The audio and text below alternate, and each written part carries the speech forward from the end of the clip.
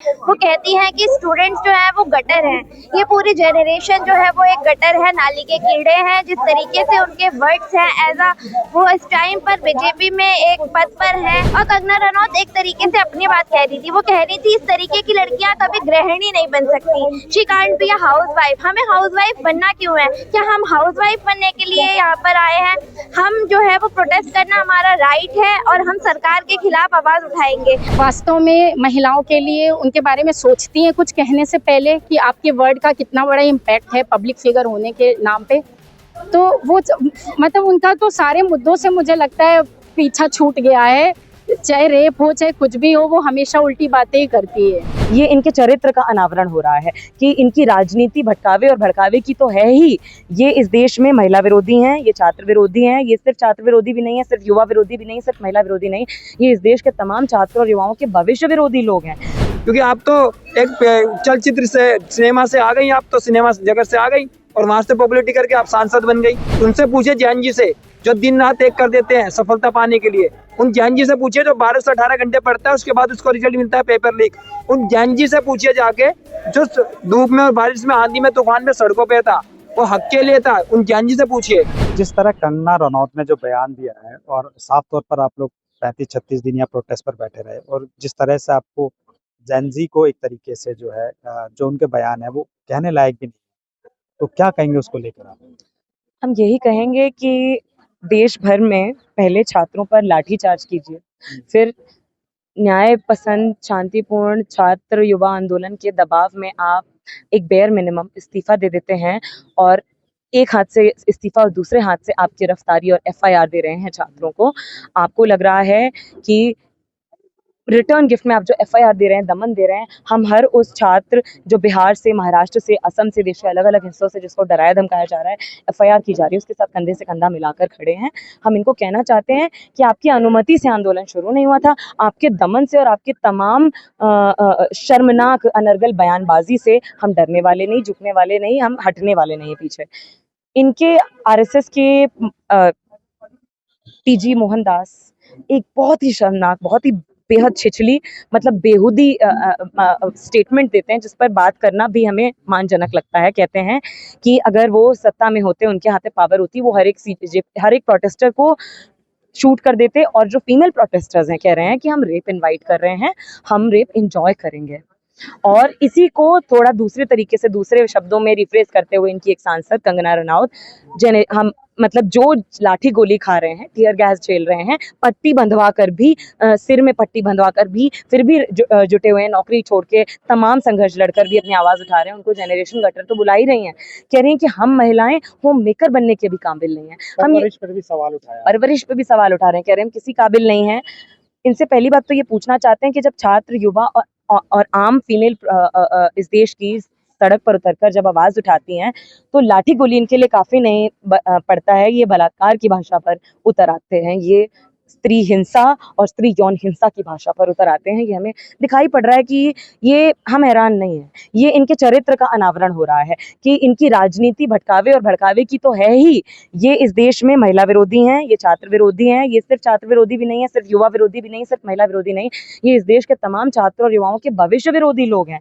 आज अगर ये बात कहना कि इस देश में ना परीक्षा बिके ना शिक्षा बिके, इसके लिए अगर जेल में डाला जाएगा, तो इस देश में सबसे बड़ी जेल तो वो है जहां पर सरकार ने तमाम छात्रों और युवाओं के सपनों को बंद कर रखा है। सबसे बड़ी जेल वो है जहां पर हमारा समान शिक्षा का अधिकार, हमारी बेहतर जिंदगी की संभावना को इन्होंने जेल में भरा हुआ है। तो हम इनसे पूछना चाहते हैं, ये 5 साल में एक बार जाती होंगी अपने कॉन्स्टिट्यूएंसी के बीच में ये शो करने कि आपका ओपिनियन काउंट करता है, कम से कम 5 साल में एक बार। इन्हें खुद नहीं पता है कि इनकी कॉन्स्टिट्यूएंसी में कितनी बच्चियां हैं जो सरकारी स्कूल में, जिनके पास वॉशरूम नहीं है, जिनके स्कूल में साइंस नहीं है, वो बच्चियां नीट के एंट्रेंस भी नहीं पहुंच पा रही हैं। तो इनसे उम्मीद भी नहीं की जा सकती है कि ये उनके दुख दर्द को समझेंगी या कम से कम एक चुप्पी बनाए रखेंगी। इनके स्टेटमेंट से सीधे सीधे तौर पर इनकी बौखलाहट, जनता का डर और इनकी छिछली राजनीति झलकती है कि ना ये महिला के साथ खड़े, ना ये आम जनता के साथ खड़े, ना ये अपने कॉन्स्टिट्यूएंसी के लोग के साथ खड़े। ये केवल अपनी राजनीति चमकाने का काम कर रहे हैं। लेकिन इन्हें ये भी एहसास हो जाएगा कुछ समय में कि इनकी इसी बयानबाजी से, इनकी इसी दमन से, इनके जनाजे का भी पूरा बंदोबस्त ये लोग खुद ही तैयार कर रहे हैं।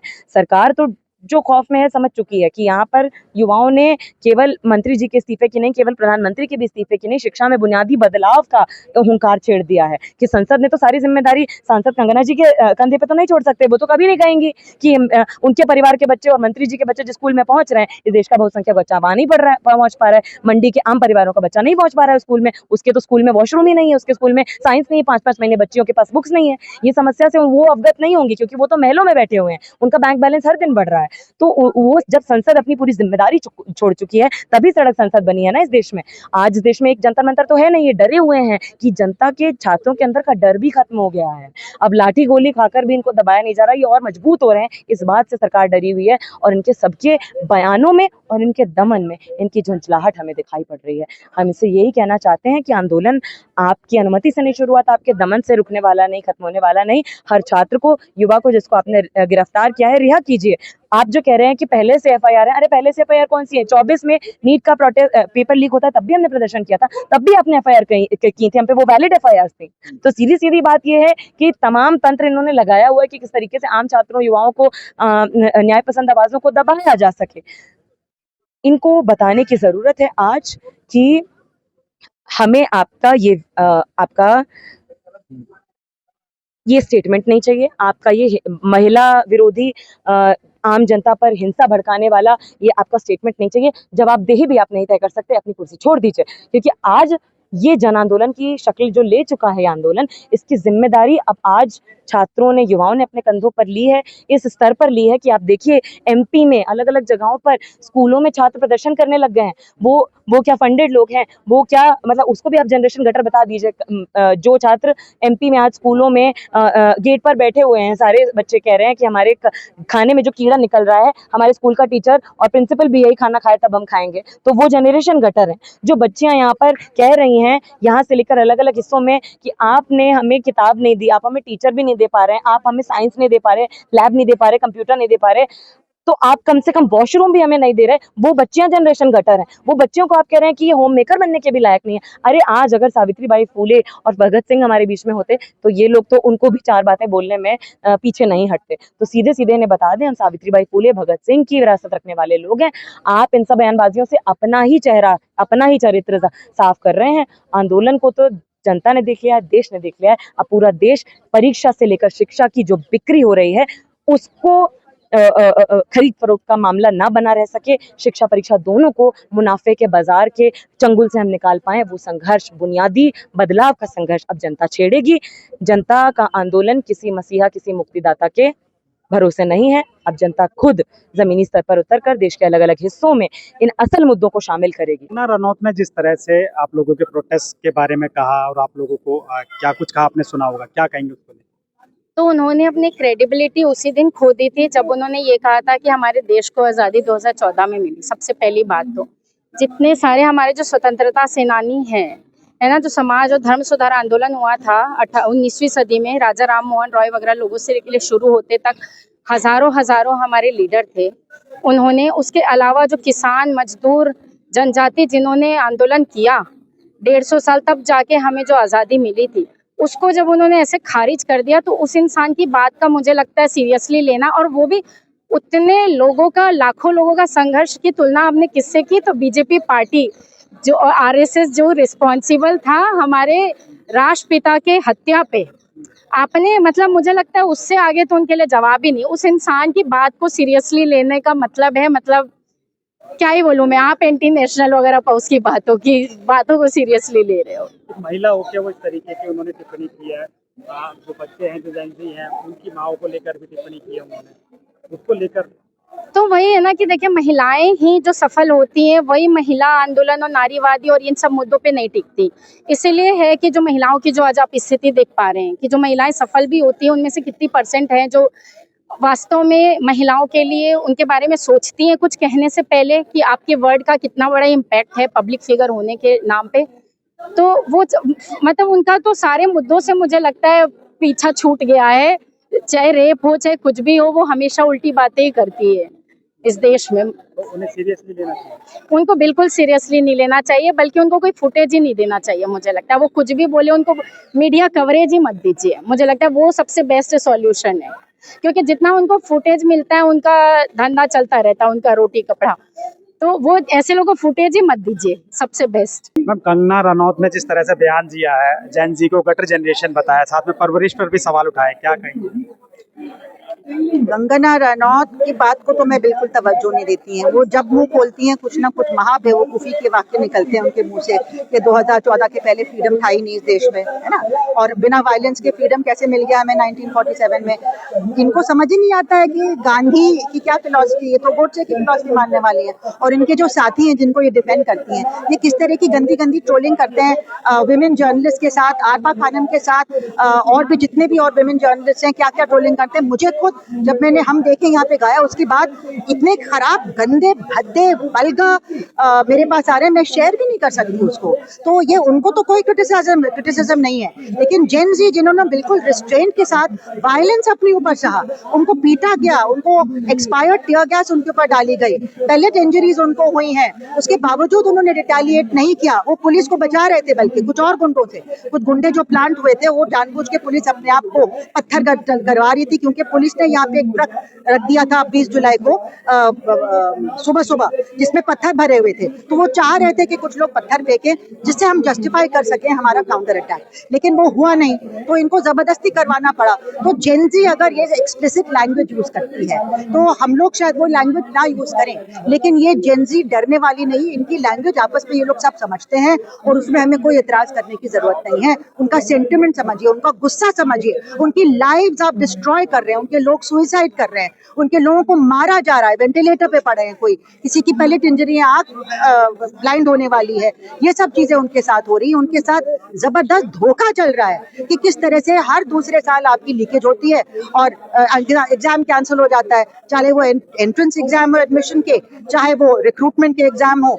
आप इस देश के यूथ के साथ बहुत गद्दारी कर रहे हैं। तो गद्दारों के साथ क्या करना चाहिए जेन जी अच्छी तरह से समझती है, लेकिन जो भी करेगी ये पीसफुली करेगी। I am very proud. Kangana Ranaut ने जो बयान दिया उस पर क्या कहेंगे? कंगना रनौत जो अभिनेत्री हैं, उन्होंने स्टूडेंट्स के बारे में, खासतौर पे लड़कियों के बारे में जो बयान दिया है, जिस तरीके से उनके अपशब्द हैं, वो कहती हैं कि स्टूडेंट्स जो है वो गटर हैं।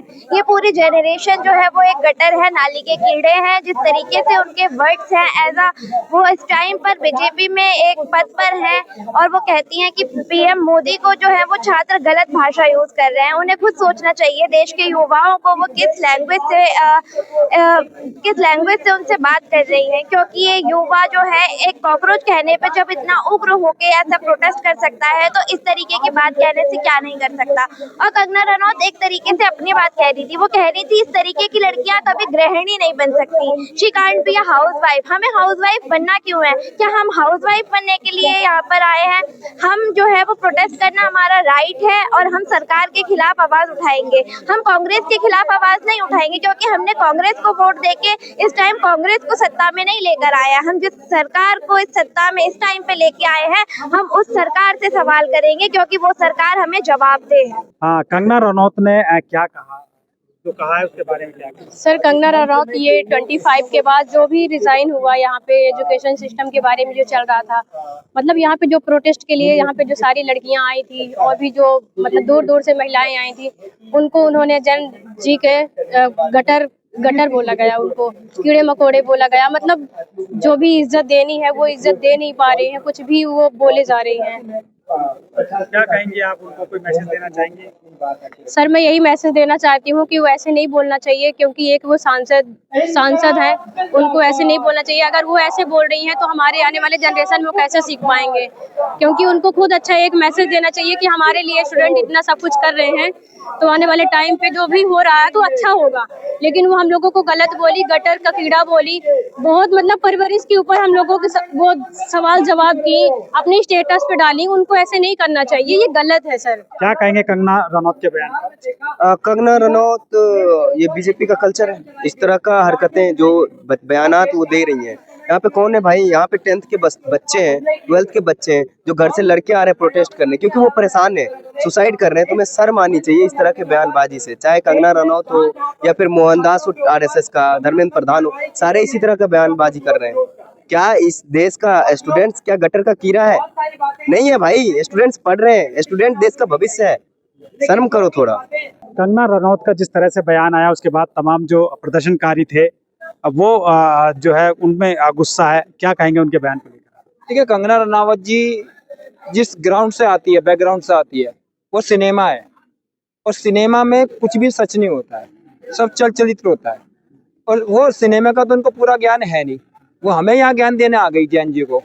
पहली बात तो ये सांसद है, एक सांसद पद पे बैठी है, उसकी मर्यादा होती है, उसकी मर्यादा को बना के रखें और मर्यादित बयान दे, अमर्यादित बयान ना दे। इस जैन जी ने ही आपको आज जगाया है। जैन जी ने मैं एक चीज बोलना चाहता हूँ कंगना जी कि आपके परिवार में किसी ने परीक्षा दी है नहीं दी है? अगर परीक्षा नहीं दी है तो आप उसका दर्द नहीं जान सकते जिन्होंने परीक्षा दी है। आप दर्द उनका जान सकते हो जब आप परीक्षा दी होगी, आपने परीक्षा तो दी नहीं, क्योंकि आप तो एक चलचित्र से सिनेमा से आ गई, आप तो सिनेमा जगत से आ गई और वहां से पॉपुलरिटी करके आप सांसद बन गई।